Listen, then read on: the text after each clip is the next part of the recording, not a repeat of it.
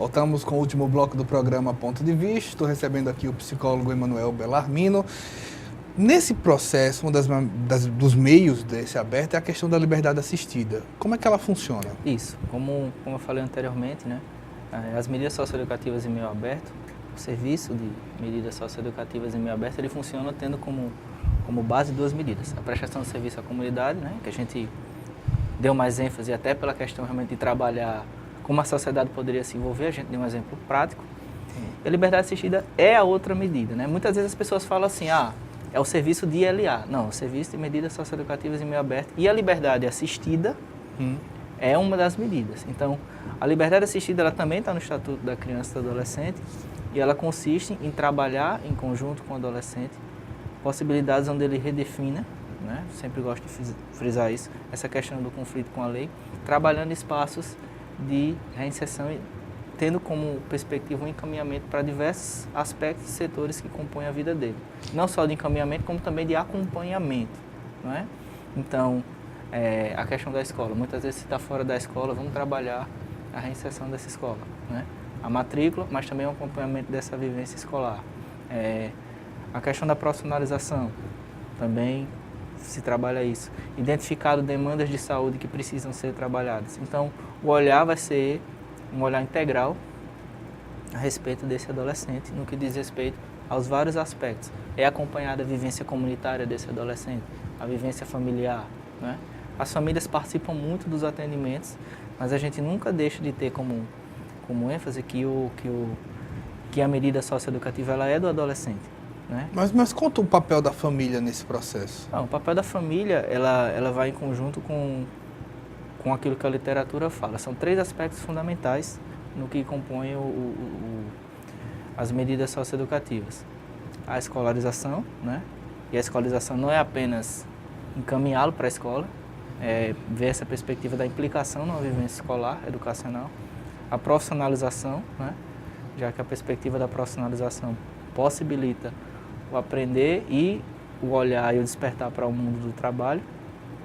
E a família como a principal figura de relação, junto com a comunidade, que tem essa questão de ser um fator fundamental no apoio, não é? Então, a família participa ativamente do atendimento, dos acompanhamentos, né? A proteção social também ela é importante para a família, no sentido de que você fortalece os vínculos, você fortalece os laços. A gente falou da relação da escola, você tem um fator escola com a infração, né, ou pelo menos a ausência da escola. A família também é um fator como a escola?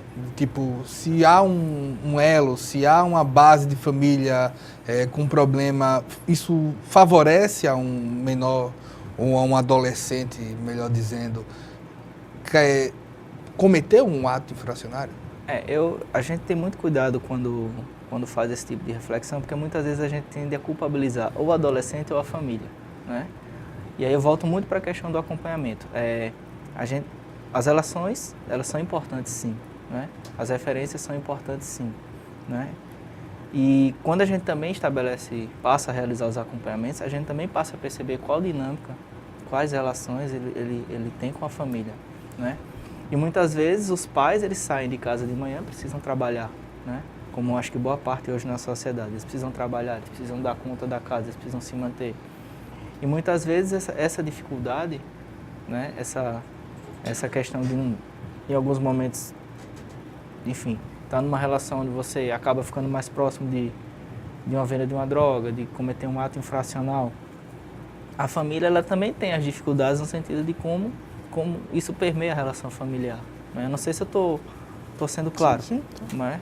Então, muitas vezes falam assim, se a família fosse mais, vamos dizer, mais presente, mas aí a gente precisa também contextualizar como é que se dão as relações familiares, né? Não só nos dias de hoje, a nível de sociedade, como também a nível do que ocorre o ato infracional. Muitas vezes nesse processo, ou pelo menos em alguma vez nesse processo, se entende que a família pode precisar mais de ajuda do que o próprio...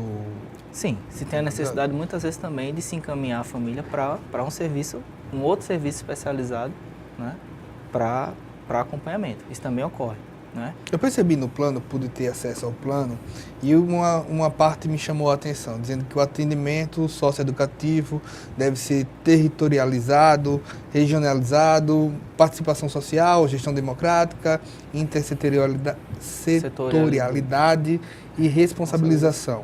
Como isso pode ser aplicado?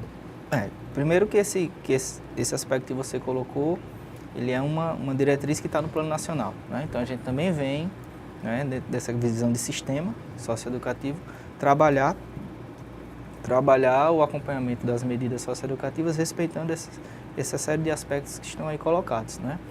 Territorializado e regionalizado, a gente pode partir da ideia de que quanto mais o adolescente estiver inserido no seu espaço de relações, mais significativo para ele, mais rico para ele, mais fácil será ele restabelecer o conflito com a lei. Em alguns momentos na prática, a gente sabe que isso também pode não pode se dar tão facilmente, né? Já que também os espaços de relações são espaços onde eles vivenciam a possibilidade da prática do ato infracional. Então existe aí vamos dizer assim, um aspecto positivo e um aspecto negativo que quem realiza o acompanhamento precisa estar atento, né? A questão da responsabilização, eu vou pular um pouquinho, vou logo para o último item, que eu acho que a gente já falou bem, o adolescente também é chamado a cumprir essa medida e a participar efetivamente desse processo. A questão da gestão democrática e participação. O adolescente, ele não é um ser estático, né? Então ele é ouvido, ele se coloca, né? A própria questão de como nós temos lá no serviço os nossos projetos, o adolescente ele desenvolve participação, a gente tem projetos onde a gente pensa essa questão do exercício da cidadania, né? Da participação social, isso é extremamente importante, né? O plano também foi um momento de ouvi-los, né? Onde eles colocaram como estar no serviço, o que é que poderia ser melhor, né? O que é que eles entendem que poderia ser modificado. Então isso também são espaços que a gente tem que trazer sim na nossa metodologia, na nossa questão de atuação. A intersetorialidade, ela, como a gente já colocou de início, ela é a mola da socioeducação, né? E também a gente trouxe no nosso eixo 4 do plano, né? Sem intersetorialidade, sem diálogo entre as políticas, não vai se andar em respostas significativas para a questão de como a gente pode vamos dizer assim, rever a questão do ato infracional, não é? E outro aspecto... Quando se pensa no sentido, você chegou a abordar isso no bloco anterior, muitas vezes a falta de perspectiva, como é que hoje se trabalha ou se pensa a questão da conexão com esse mercado de trabalho? Você chegou a falar, queria que você detalhasse um pouco mais. A conexão do mercado de trabalho foi até um ponto que os adolescentes trouxeram como uma questão onde eles colocaram assim, se tem uma coisa que a gente sente muita falta, é ser encaminhado direto para o mercado de trabalho, não é? E a gente aproveitou o espaço para não só discutir como é ser encaminhado para o mercado de trabalho, né? Mas também de refletir como o serviço a nível de integração, de intersetorialidade, pode melhorar esses espaços, né? Então, volta um pouquinho para a questão da escolaridade, né? Disparidade, escolaridade e idade, né? Muitas vezes se requer um nível educacional, né? A gente vive num contexto formal de educação, onde às vezes os nossos adolescentes eles não possuem, formalmente falando, essas questões. Mas aí entra a questão de como a gente pode, num primeiro momento, pensar possibilidades mais próximas dessa realidade. O que a gente, em momento nenhum, pensou em dizer assim, nosso adolescente ele é incapaz. Em hipótese alguma, a gente está partindo de uma leitura de realidade e entendendo como os outros serviços podem se aproximar, né? Então, a gente também pensou como a gente poderia aproximar de alguns programas que existem, como o Jovem Aprendiz, por exemplo. Então, são espaços que o plano ele vai sim sinalizar para esse sentido. Vai ser um desafio tentar qualificar esses espaços. O que é mais comum chegar para a secretaria? A questão da liberdade assistida ou a questão da prestação de serviços à comunidade? Chega-se mais a questão da liberdade assistida, né? E, na verdade, a gente hoje, nos últimos meses, a gente tem percebido que tem chegado as duas, porque podem chegar as duas, né? Pode chegar ou LA, ou PSC, ou as duas. A gente tem percebido que sempre vem mais liberdade assistida, mas a PSC ela tem ganhado força, né? Ou seja, tem se percebido que a questão da atividade pode possibilitar uma ressignificação maior. De fato, também compartilho muito com essa ideia. Eu acho que a prestação de serviço ela é um fato novo. E aí eu falo isso por quê? Um adolescente que vai para uma ONG contribuir no desenvolvimento de uma atividade que é feita lá, ele vai conhecer uma atividade, ele vai conhecer pessoas, ele vai fazer parte de uma conjuntura, de uma instituição que tem rotina, que tem hierarquia, que tem referências, e ele vai poder refletir sobre uma série de questões, né? Que, a princípio, a gente fala assim, mas é um trabalho. Não é um trabalho, é uma atividade no sentido onde ele pode agregar aspectos para ele. E isso é muito interessante quando a PSC ela é bem trabalhada. Isso a gente tem realmente experiências muito boas, né?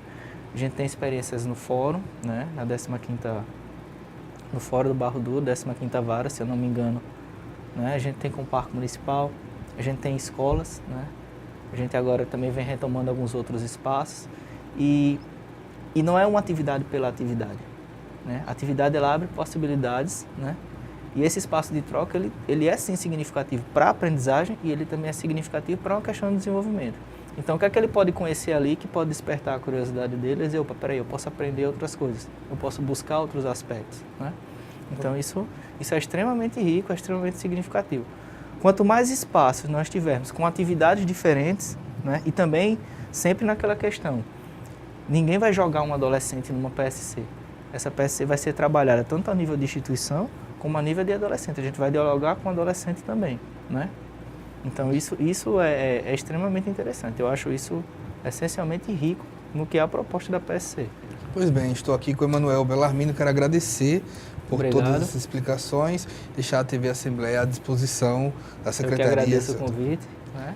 É sempre bom, quando chegou o convite, é sempre significativo porque é um trabalho que acredito que boa parte da sociedade não conheça, né? É um trabalho que tem muitas dificuldades, é um trabalho que tem sim muitos desafios, muitos avanços e ainda muita coisa para se avançar. Então, falar do que a gente faz, de como a gente pensa, de onde a gente parte, é interessante porque ajuda a desconstruir muitas coisas, né? Muito bem, é verdade. Muito obrigado. Nós agradecemos também a você pela audiência. Esperamos uma próxima oportunidade. Até mais.